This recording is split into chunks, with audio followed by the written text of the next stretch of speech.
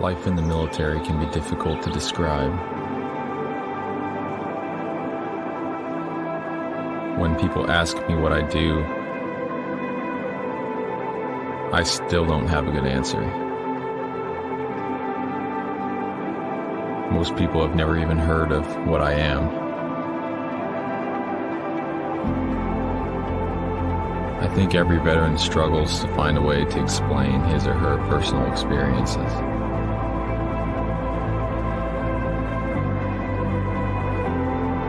At least in a way that our friends and families can understand.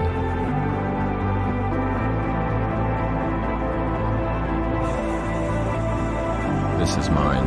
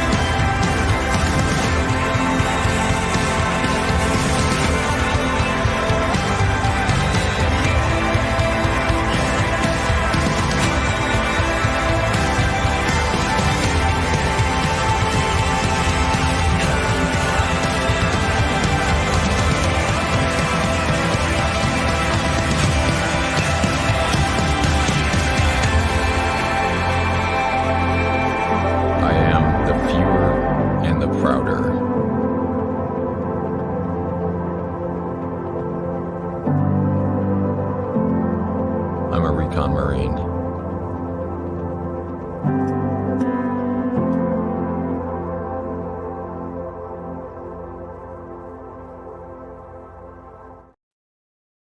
Oh, bro, how's it, family? Thank you for joining us. Man, you are in episode 13 gLo sessions. I'm just, man, I'm excited to have just an individual that I met years ago. We're both born and raised Hawaii, and I don't want to spend too much time trying to throw out his credentials because honestly, I printed out his credentials and it's like, I ain't lying, it's like a page long. So, but I'm just honored to have Brother Pep Tablada. He's the president of the Marine Reconnaissance Foundation. And for those of you that know, I've been kind of trying to put this out on social media that we're going to have him on, and I'm just honored to have him here. And I told Pat prior to us going live, I don't want to spend, you know, too much time on things that are not necessary because I really wanted to focus on certain things. And for those that don't know, when we do these, at the end of the day, I just want to sit in a room, talk story, and share stories, but also share things that I think are important. And Brother Pep, I'm just grateful that you're here. And I'm gonna just turn it over to you, and I'll have you introduce yourself, and we'll just go as you know, however it leads. So, Brother Pep, you mind introducing yourself? How's it, Greg? Hello, everybody. My name is Pep Tablada. I'm a local boy from Hawaii. I'm a retired Marine, a Force Reconnaissance Marine. I am currently the president of the Marine Reconnaissance Foundation, which is a nonprofit that specifically supports reconnaissance Marines and sailors and their families. So, you know, Greg and I had the chance to meet years ago at the Paul Mitchell Estate in Lanikai when Angus Mitchell and his team, including Greg, were so gracious in hosting, Gold Star families, you know, children that lost their daddies, parents that lost their sons, wives that lost their husbands, at the estate for a retreat. One of our foundation's reoccurring programs. So, Greg, mahalo. Really appreciate you allowing me to come on today and asking me to come on. I want to share something with you, Pep. I'm not a super smart person, but Google helps me a lot. I want to share this for those that don't know. Just the United States Marine Corps, I believe that, and you can correct me at any time. But I looked up the numbers, and I swear it was 300,000 But when I looked it up, I think as of last year, what I saw was around 170,000 active, That's and right. then around 30,000. Would you consider, are they reserve? No, it is today. It is 172 total active Total. reserve. So by far the smallest service in the military, by far. So I did the math. Okay, so huh, if so, professional athletes, if you're in the NBA or NFL, you're a little bit close to around 1% of the population in the United States. Now, on a global scale, it's different, and that's just a professional athlete. Those guys were literally created. Their bodies are just designed right to be able to handle those rigorous like activity, sports, etc. Well, I did the Marine Corps, and that's based on 200,000. They are not even 1%. Like they're, and this is this the Marine Corps, and we'll go further, but that's 0.06% of the population of the United States. That means they're way less than 1% of the US population. And that is humbling to me, Brother Pep, because I was just thinking, man, in order to just get in, you've got to be at, just to make it easy in math, you got to be at least 1%. Or you got to be at that 1% level. And that just humbled me. And and look at the global scale, it's even crazier because there's 7 billion people on this planet. And what the Marine Corps represents is one thing I will say I learned about Marine Corps just as growing up is that they didn't try to trick you with money or college education, and they No don't throw all that incentives. No incentives. nothing, right? So I'm like, okay, I get it. But can you explain to me, because what I just shared is nothing, in my opinion, you can correct me, with what reconnaissance and even force recon does, because they're a little bit different. Is that correct? It is correct. Yes. Yeah. So, first I will say as a local boy and a proud American, what the Marine Corps represents to me is, a cross cut of some of our nation's finest men and women. It's tough and dangerous work every day, regardless. In any job, you're held to a very high standard. You're expected to be professional, competent. All the things that we would hope for our young men and women from our country. Um, for me personally, growing up in Kailua, right by the Paul Mitchell Estate, there was a time when I was in high school and I was living on the beach, and I could have gone the wrong way. And I knew that I wanted to do something greater, something bigger, and I joined the Marine Corps. It saved my life and put me on a path of service to our country, and now through this foundation, of service to other people. Um, in the Marine Corps, the United States Marine Corps is considered an elite service. It is by far the smallest. And inside the Marine Corps, there's a very, very small and select community of Marines and sailors. We'll refer to that as the Reconnaissance Community. We're talking about a couple of hundred out of that 170,000 number. The selection process to get into the reconnaissance community today is amazing. What young Marines and sailors are doing, going over 55 weeks of total training to come out the other end as a basically certified reconnaissance Marine or sailor, it is amazing. And it's just a further testament to young people today who are willing to volunteer not once but twice, to go through some of the most rigorous selection and assessment in order to come out the other end. And frankly, God forbid our nation is never at war again. But if we are, they will be the men amongst others from other services that will be at the very tip of the spear. You know, um, like you said, God forbid, and we're not going to get political. We don't have to, but I do see some of that already, and I think you posted a few of those things where there's a hidden, there's a hidden danger that a lot of us don't see or we don't talk about, or the media doesn't talk about. And to have you guys in, I mean, not that we're comparing, branches, but if you were to, on a scale, I know they're all great. I'm not going to say that one's better than the other, but I was given the understanding that, and maybe it's a joke, in the Marine Corps they don't have special forces.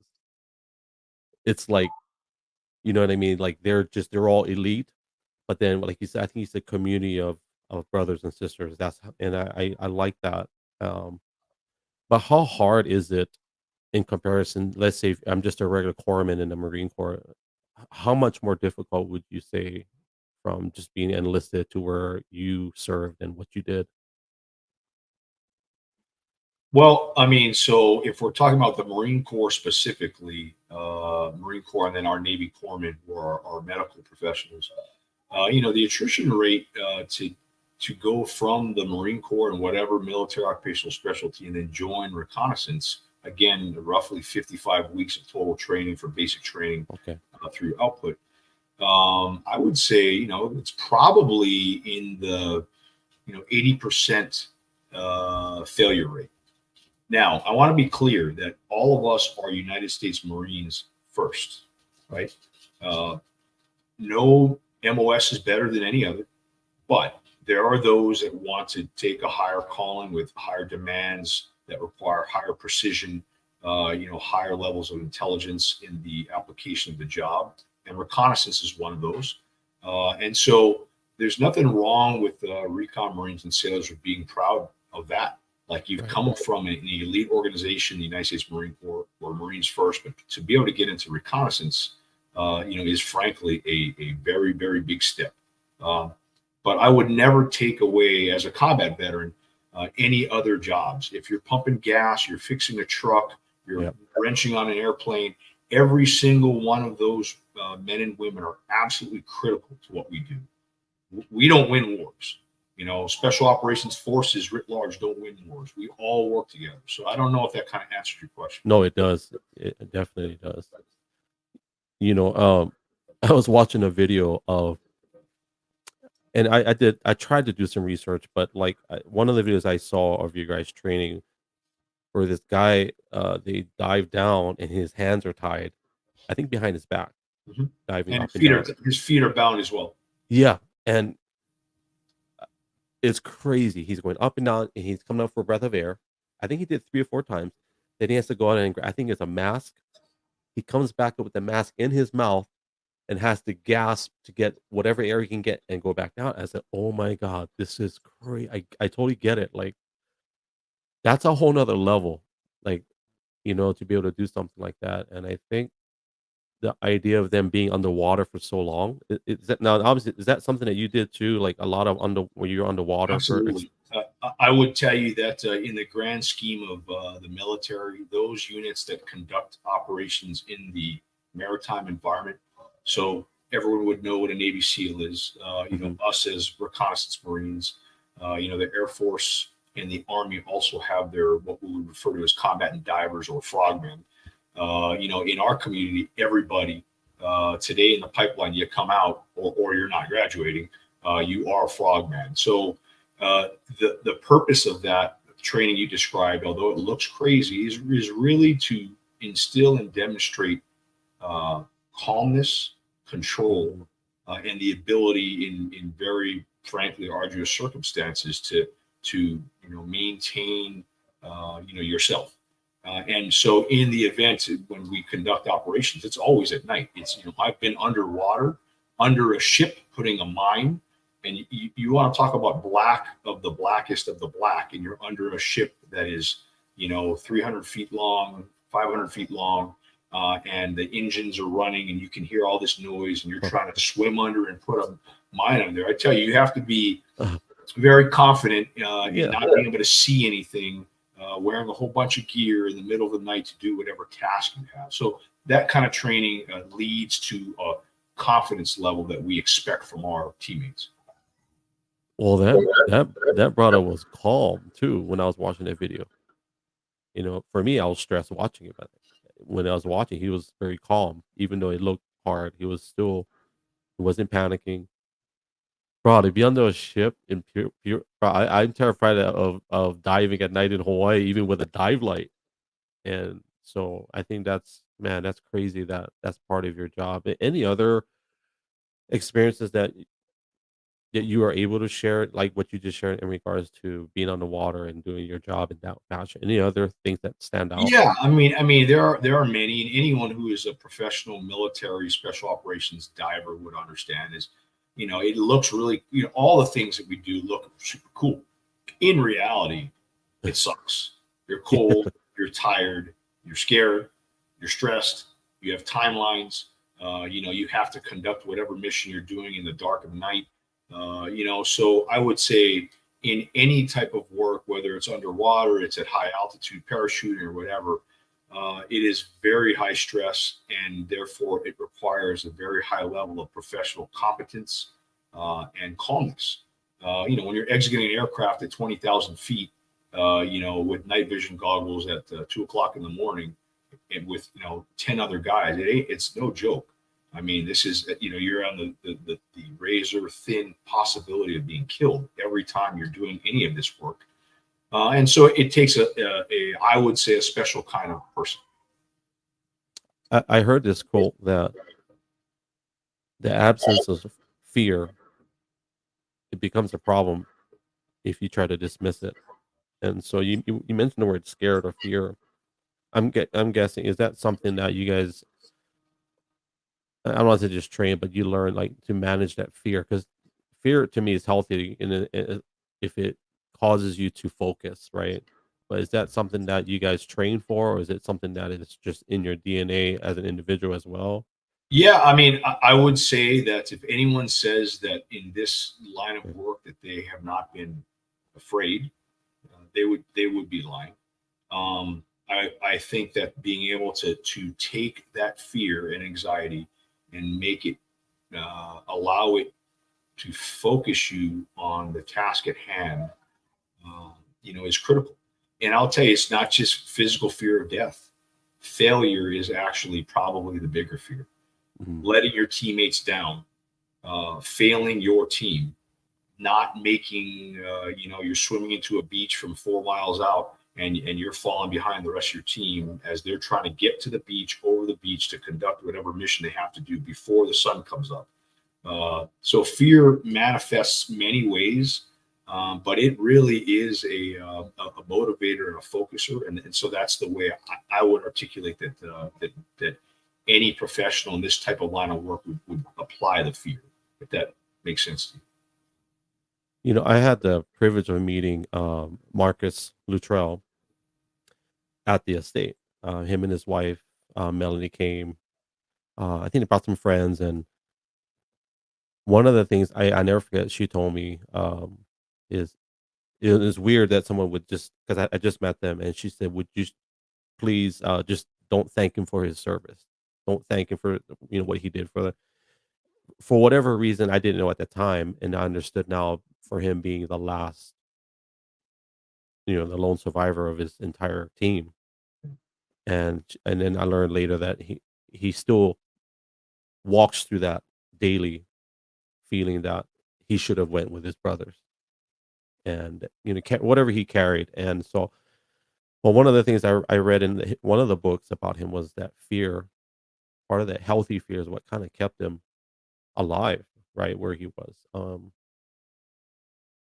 And I don't know if the most of us can handle that rigorous regimen. Like for you right now, what is your daily life like now, knowing what you've been through, the intensity? Do you still have a lot of the intensity? Or did you have to dial that down now that you're not doing that like what you used to? No, that's a fair question. First, what my life is now is myself, my wife, my children, my family sleep peacefully at night, because there are Mm. others who have come after me, after Marcus, who continue to hold the line, right? And we should all be fortunate for that, because there are dangers to our nation, our way of life every day. As far as how it affects me, it frankly was difficult, to go from a lifestyle that is very, high adrenaline, high excitement, working with people that are of the utmost professional competence. When I joined the Marine Corps, I was, the AJA stud. You get around these kind of guys, they're mediocre. Keep up. Yeah. You know what I'm saying? And it's humbling. And so to go from that type of lifestyle, and then for myself retiring and then going to a normal, a normal lifestyle was hard. It was difficult. I'm not going to lie. And so, for me, part of our work in the foundation is very cathartic, because what I get to be is around my teammates, whether I serve directly with them or not. And I get to be around the type of professional competence. I would say some of the guys I've worked with, giants, legends, and most Americans don't even know who they are. And that's the way that we like it.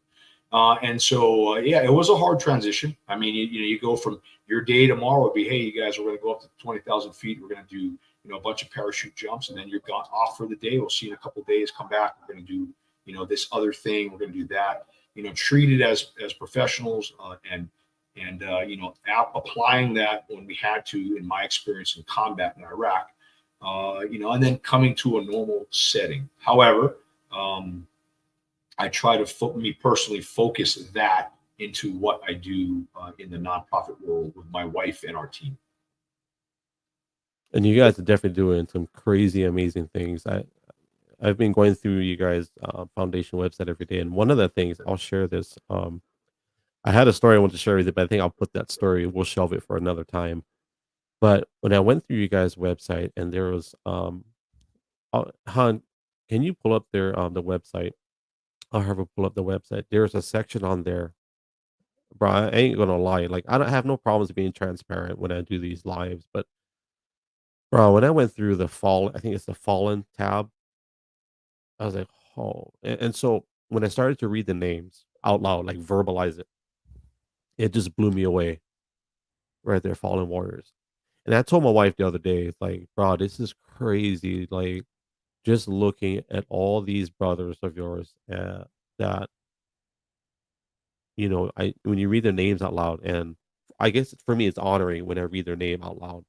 It's like, my mom passed away many years ago, and I still don't say her name, but I think if I were to look at her picture, read her name, and honor her, I would have a hard time too. But looking at some of these men, uh, so young, a lot of them are young, and what they did, so powerful, bro. What you guys are doing, and like I said, I think I read 10 names, and I just started like, not uncontrollably, but I was weeping. I was like, bro, this is crazy, how impactful.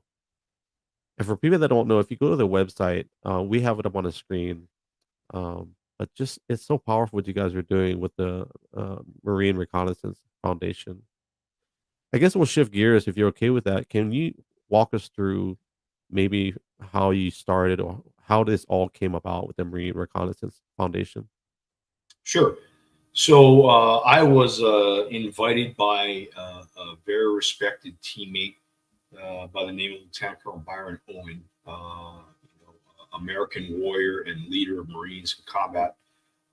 He said, "Hey, would you mind, joining the foundation?" And I want to say probably 2017, maybe. I didn't really know much about it. And I said, "Hey, listen, I'm willing to get involved, but if I'm going to get involved, that means my wife, the team, is going to get involved, and we're going to do things, right? We're going to make an impact. We're going to come to the foundation. We're going to say, we want to do these programs. We want to do these things. And if that's not acceptable to, at that time, the current board, then not interested." Since that time, we have been able to completely transform the foundation, where we have, a new mission statement, lines of effort, and then programs under those lines of effort. So the one that you're familiar with is the Gold Star Family Retreat, right? So, we choose, 5 to 10 new families each year. You saw that list. There are others. We invite them out for this retreat. We'll start in California. We'll end in Hawaii. But it's not so much about the retreat, right? So the retreat is a beautiful expression of love and respect. But, think about a family who their daddy was killed 15 years ago, or their son, who, in the first year after his death, people were there. In the second year, that kind of dwindled a little bit. In the out years, they weren't. Now, why? because we were a nation at war. We were in Iraq, we were in Afghanistan, we were combating terrorism, and other people were dying, other people were getting injured. And so it was not that they were forgotten, it was that a lot of other stuff is happening. So, I take the personal responsibility in the case of our Gold Star program, and we have other programs, of calling those families and contacting them. And, the first year, the year that I met you, was the first year we did it. I want to say it was 2018, I think. Families receiving these calls out of the blue, they didn't necessarily know me, even if I served with their son or their dad or not. And there was everything from complete elation to anger, right? Because, hey, is this a scam? Like, you're calling me and you want to bring our family, 2 states across 2 weeks to do these things. So in the beginning, it was very delicate to get the program off. But when the first set of families went through and they were like, wow, we realized that there are people that think of us and that remember our son or dad or husband or brother. And so the program, this specific one, just blew up because the other families started to realize, wow, people have not forgotten us. And that's really the key point. It's not the retreat, right? It's beautiful. It is wonderful. But what is more important is to demonstrate to the families that we have not forgotten your son or your father or your husband, our teammate. Have not forgotten. We will never forget. And we haven't forgotten about you. And so what we've done since that time, we just executed our 5th retreat at Angus's house, the Palm Mitchell State.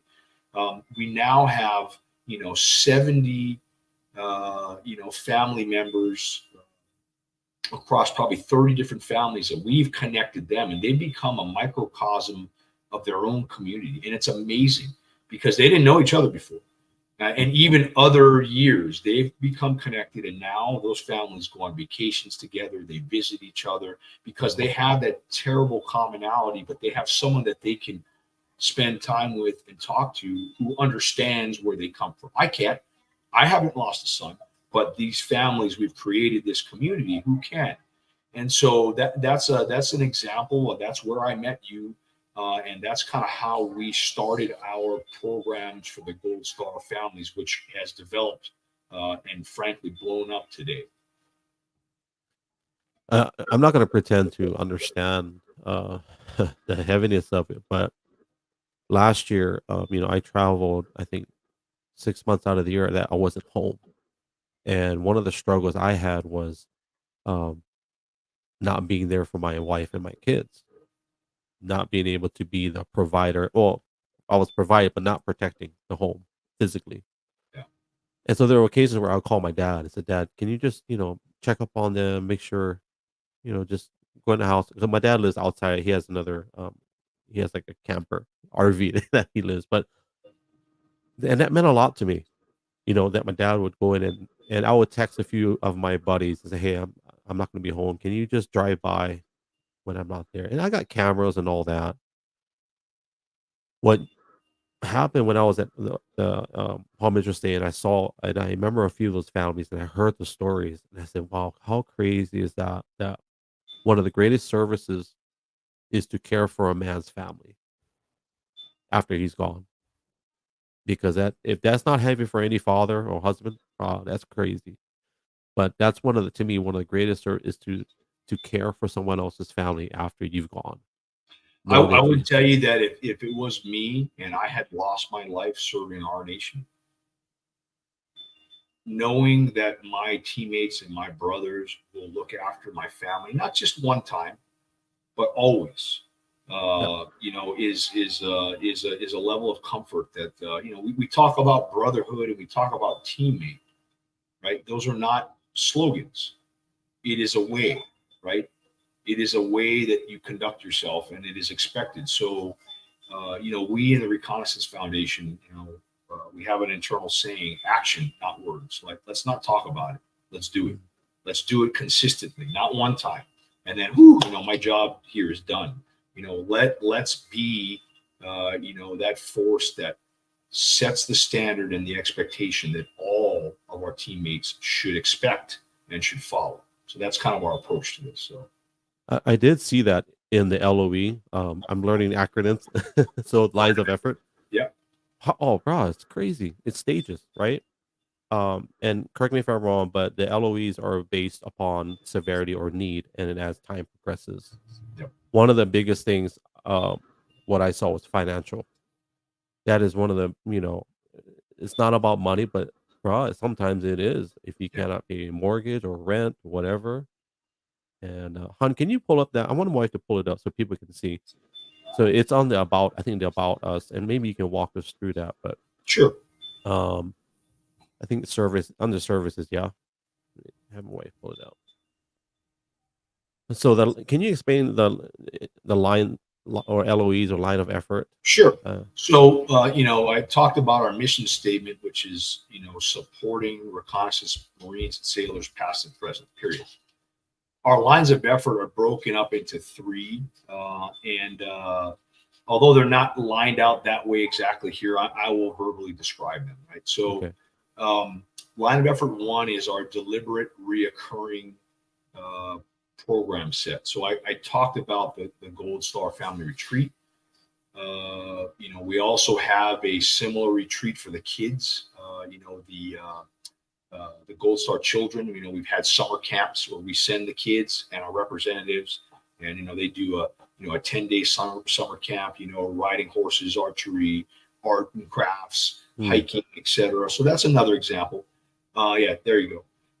We have a wounded teammate retreat. In fact, we're leaving a week from today to Florida. And for this retreat is another example of LOE1.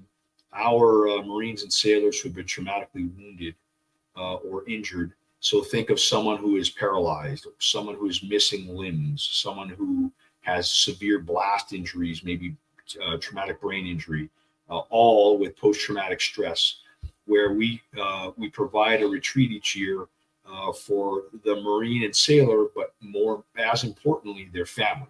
This is a family event. We want families to come together because this is a time for healing and for brotherhood. Because a lot of the guys that are injured, I'll be honest, it's hard to see who you were, and now you're missing your arms and your legs, and it's hard to understand who physically you are now. And so, we try to provide these retreats to provide a family environment, a safe family environment, bring other teammates together, and to give them a sense of purpose. We put them to work. Like, hey, you're driving this vehicle, you're responsible for logistics, because they want to have, a sense of, hey, I am responsible for these things. And so, that's a second example of line of effort number one. And I have many other programs, small business grants. We help Marines, who submit packages to get into advanced education, MIT, a mentor program. MIT. Yep. Yeah. So that's LOE1, and I could give you hundreds of examples. But the point is they are reoccurring programs that we consistently do. LOE number two would be more of the emergency crisis support, where you're not going to see a lot of that in open press because it's family business. Imagine there's a suicide. Imagine many of our Marines and sailors, they've all been through a lot over the past 20 years of combat, and they're damaged mentally, spiritually, physically, psychologically. And so, we do have cases of some teammates that really need acute help. Maybe they're drinking alcohol, maybe they're substance abuse, maybe they're homeless, jobless. Although not common, it does happen. And so, we discreetly work to support those families. An example could be the suicide of a teammate. We would immediately be in contact with the family. We would help them in the process, including offering grieving services, counseling. We would help them organize maybe a celebration of life.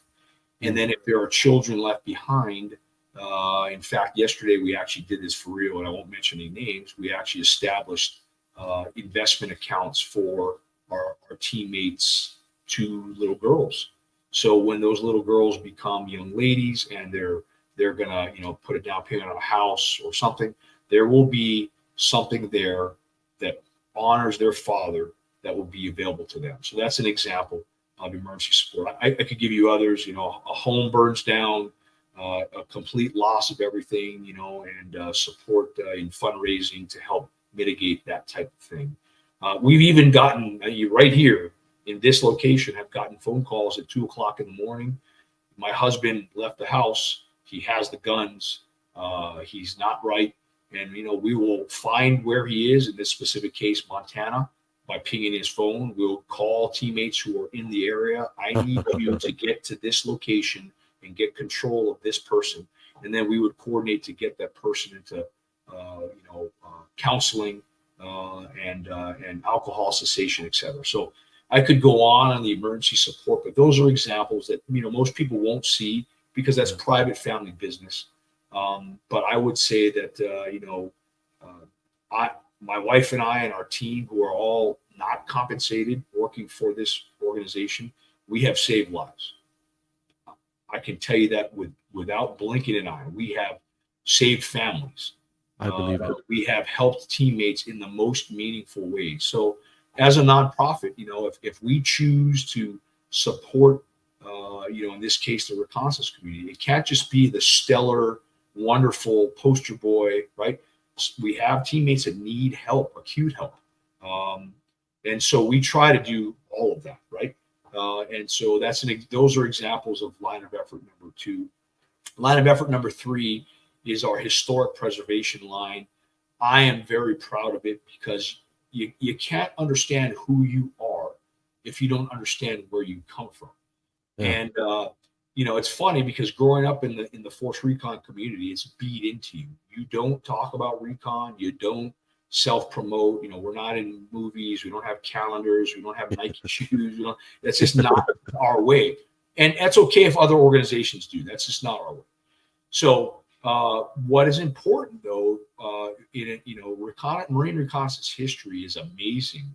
And it goes back to the late 30s, early 40s. And, it's American history. It is Marine Corps history. I could tell you some stories about things that, Marines and sailors from all walks of life in the recon community have done in service to our nation, and you would be astonished. I'm astonished. And so we do a lot of research trying to pull those, significant figures or missions or teams and try to share that history and lineage with the American public, our followers on social media, but more importantly, with the aspiring young recon Marines and sailors that are going through the selection and pipeline today. So an example of that is our mentor program, we bring significant figures, legends in the special operations world that most Americans probably don't even know who they are. You have men like Major Jim Capers, Lieutenant Colonel Digger Odell, living Medal of Honor winner Earl Plumley, who is an active duty Green Beret today. And we try to take them and try to put them down at our schoolhouse or at our units. Sergeant Robert Buda, legendary Force Recon team leader in Vietnam. I could go on and on. And we coordinate these efforts where these legends from our community go and interact directly with the young Marines and sailors in training to, give them lessons learned. People were killed. This is what we learned. These are successful things we did. And so, capturing the lineage, preserving the history, and then providing mentorship is extremely important to us. So those are kind of our 3 lines of effort in a nutshell. There are 2 things you covered. One was the suicide or mental health. That's something near and dear to my heart, just because of just things in my family. And as a matter of fact, a couple of weeks ago, I had a clinical psychologist that we did a podcast together, and she's born and raised Kailua, and she lives in Vegas now. So she operates her practice in Vegas and Hawaii. So she goes back and forth. And I did tell her, hey, I'm gonna talk to you today. So if you guys do need resources, I'll definitely send her information. And then if anybody needs any type of counseling. She has that. But the other thing that you had um, mentioned about the whole mentorship program, that's something that I think in our generation today, kids today, identity is such an issue. Like a lot of people don't know where they come from or who they are. And I think that's powerful. Like identity is such a powerful thing. If we don't know who we are, like we don't know where we're gonna go. We don't have a roadmap for our life, it seems like, right? One last comment, I'll turn it back over to you. Said you guys are not the popular ones. You don't have the Nike shoe deals, but you do have the Scott Slipper deal, So, well, That's we'll talk Hawaiian about, style. That's yeah, Hawaiian. yeah. Yeah. Pep, can we show the pictures of Angus's place and then maybe just Sure. kind of, If you're comfortable with that and Angus is, yeah, I can describe them if you want. yeah. Well, that's the logo I found on your website. What about this picture? Yeah, so this is our inaugural Gold Star retreat. This is at Angus Mitchell's home in Lanikai, the infamous Paul Mitchell estate. And what you see here is 6 Gold Star families that we brought out, on our first program. I want to say it was 2018, I think. And this is them arriving at the estate, for our Gold Star family retreat. Incredible bunch of human beings. We consider them all family today. You see sons, you see widows, you see moms and dads who lost their loved one in service to our nation. And so a very special group of people. We've been able to do this program now 5 times, and we have had approximately 70 to 80 total family members come through from about 25 to 30 total families or fallen teammates. That's awesome. When we're here in Hawaii, we try to, provide opportunities for American history. This is on the USS Missouri, the battleship in Pearl Harbor. And you'll see some senior leaders come out and support. In the middle, if you see the gentleman in the uniform, that is now today a major general in the Marine Corps. He was a general at the time. And he was adamant, I'm going to come out and I am going to escort these families personally. Just amazing, right? Because these leaders understand what these families have been through. In this case, that's General G-Man Soft Cheek, good personal friend of mine, representing the United States Marine Corps. So humbling, man, to see him in the middle of all that. This is at Angus's estate, and we always, we as local people have a lot of friends and family. And so when our friends and family hear about what we're doing, people are like, "Hey, can I come and play music? Hey, can we come and show them how to paddle canoe?" And so, right, Hawaiian style. It's local people going, "Wow," right? Like you, right? Like Angus, people from Hawaii saying, "Hey, how can we help?" Like James Tanaka, who I know he doesn't like me saying his name, but he is one of the most important figures in all of this, coming together to help others. I gotta just drop a little story on this property. So for those that don't know, this is where I worked a very good part of my life. Met a lot of amazing, influential people, presidential figures, movie stars, people that have money. But I will say, when Pat brought his team and these families, to me, like these guys are the legit VIPs, and there's something so healing about not just the house or the property, but in that location. My mom, she passed away of cancer in 2014, but her first Kailua sunrise and her last sunrise was at this property, was at this house, right in the background. And so there's a lot of healing that happens on this property. And I think, with the Gold Star families, there's no exception. Okay, what is this one?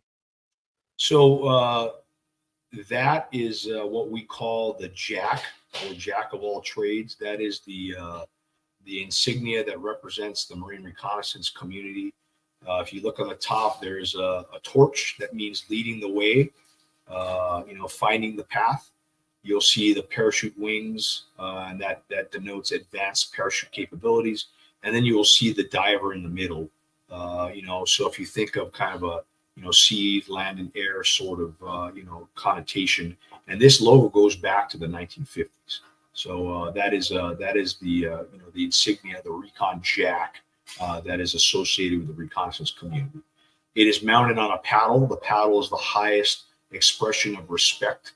You only receive a paddle if you have earned it, and they are handcrafted, hand stained, wrapped, and then some type of art put on it. And that's obviously, you can see the Mopoluo behind. That's the that is at the Palmitos thing.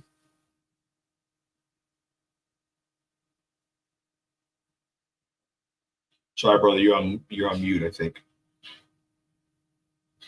So the paddle is specifically for reconnaissance or Marine Corps as a whole? Yeah, so the tradition started in reconnaissance, and other organizations have kind of adopted it. It's kind of a cool one, right? If you have a paddle, right, a person with a paddle by him or herself can't move a large boat. But if the team each has a paddle and we move in unison, right, then you move together as a team. So that's kind of the connotation here. Okay, I like it, and you cannot beat the Mokes in the background. That's No. epic. All right, who's this guy? And so this is Miss Diane Hom and her husband. Okay. Her son Caleb Medley, very respected teammate from our community, was killed in a high altitude parachute accident. And so this is one of our revered families. Diane is actually a member of our board. She is our Gold Star representative. So whenever there's a death, is it suicide, training, or combat, Diane, because of her personal experience, is prepared to interact with the families immediately, to kind of talk them through the grieving process. But this is her in the beginning when she attended our Gold Star retreat in 2018. And from this picture, do you know how long her son had passed in relation to this photo? Was it years or recent? It had probably been 6 years. Okay. I'm just asking because they look very happy in that photo. Well, with the loss of her son, she gained a whole family and a whole bunch of sons, including myself. That spot where they're sitting, bro, I used to catch fish on my lunch break right there, right on that spot. And this whole location, I know we're not promoting just a property, but this whole area of gLo is so healing. It really is. Okay, this is what I wanted you to explain. What is this one? Explain this one for us, please. So when we have the families here in Hawaii, we our friends at the Gunstock Ranch in the North Shore we have teamed with them for their reforestation program, where they have native species plants that they replant and grow to get native Hawaiian species of, in this case, large trees. So we team up with them, we bring the families out there, and we allow them the opportunity to plant a native Hawaiian tree. And in doing so, they are placing their roots, their mana, into our ground here in Hawaii for a connection forever. And each year when we go back with the next set of families, we try to go and visit the trees. And, it starts out like that, and it's going to end up being a 60-foot tree. And we always try to share, the photos of the trees as they grow strong. On the back of my car, I have a sticker. It says roots. That's it. So powerful. Gotta have the roots. And I could stare at this photo all day. It's so powerful. And then she's holding, I think we call it ipoya in Hawaiian. I forget what we call that. So powerful. In terms of your guys' foundation, Han, can you pull up their donation page? how can so you mentioned earlier about these two girls. I think their father passed away, and you guys set up something for them financially. So, That's when, actually happening today oh, in real time. wow, that's crazy. So when people, if they want to sew into your guys' foundation, I'm guessing it's a blanket. If we give, it just goes to immediate need. I'm guessing first, but yeah. So I want to put up this page. So people, if you guys want to give, they have obviously you can do your own amount. You can do, I believe, monthly, one time. They have tons of ways: wire transfer, mail. I mean, if you're old school, you can do the postal service, PayPal, all that stuff. Um, man, this is crazy. The fact that you guys, it's not just about the fallen warriors, but it's their families. It's pretty intense. Um, I ain't gonna lie, Pep. Like I'm such a sucker emotionally when it comes. I know you're pretty well composed. I'm sure you've done a lot of these, but this is so emotionally heavy for me to just even talk to you about this stuff because it really hits heavy. The other thing I like about this is I did go through the recon businesses as well, and I'll have my wife click on that. And if you know or you don't know, you can walk us through those individuals as well. We definitely want to put them out there too. So how if you click on the recon businesses, I'll have Pep kind of walk us through those individuals. I thought Sure. this is pretty cool, Yeah, honestly. When so I we try to promote vetted marine reconnaissance businesses. As people transition out of service and they go on with their life, or even some young Marines or sailors that remain, we try to promote them. And in fact, we have a business grant program where we will infuse funds or we'll infuse manpower to help them get off the ground or to amplify their business. And we will even, make provide that grant, allow them to donate goods, whatever their good is, to us. We'll write that off tax wise, and then we will send all of those goods out to the active duty force. So what happens is their business is amplified. They have received funds to help bolster their financial position. They have gotten a tax write off by donating their goods. And then we give those goods to the active duty recon Marines and sailors. So it's a pretty cool program. Pretty proud of it. So, Greg, I apologize. I have a little bit of a limiter because we have a Kamehameha program with yep. our family today. But I would be absolutely honored to continue this conversation as a part two if it's something that you would like to do, and I would do it as soon as tomorrow. I apologize. I didn't realize that we would run out of time that quickly. No, that's perfectly fine. I think once again, just thank you, and I'll take whatever time we get from you because I, I I see the value in what you guys are doing, and I'm grateful. Um, thank you for your time, and I'm gonna play an outro video, and then we can head out that way. And family, if you guys want to bless them, we'll post it up in all of our social media.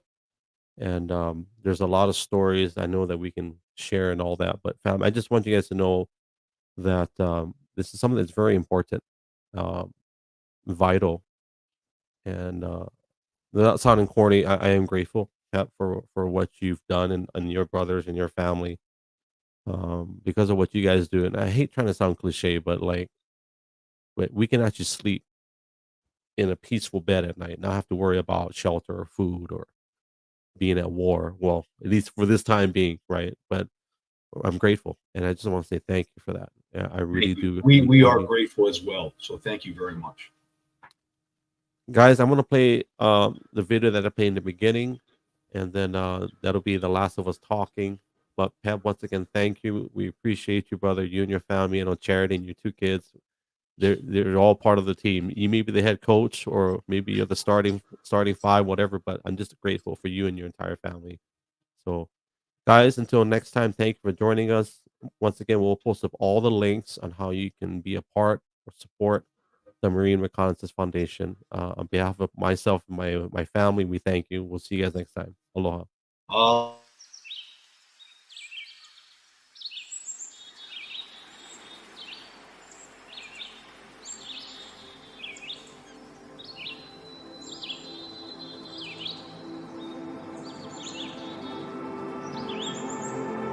Life in the military can be difficult to describe. When people ask me what I do, I still don't have a good answer. Most people have never even heard of what I am.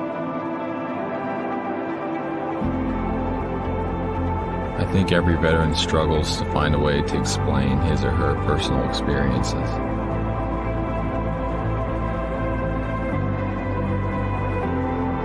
At least in a way that our friends and families can understand.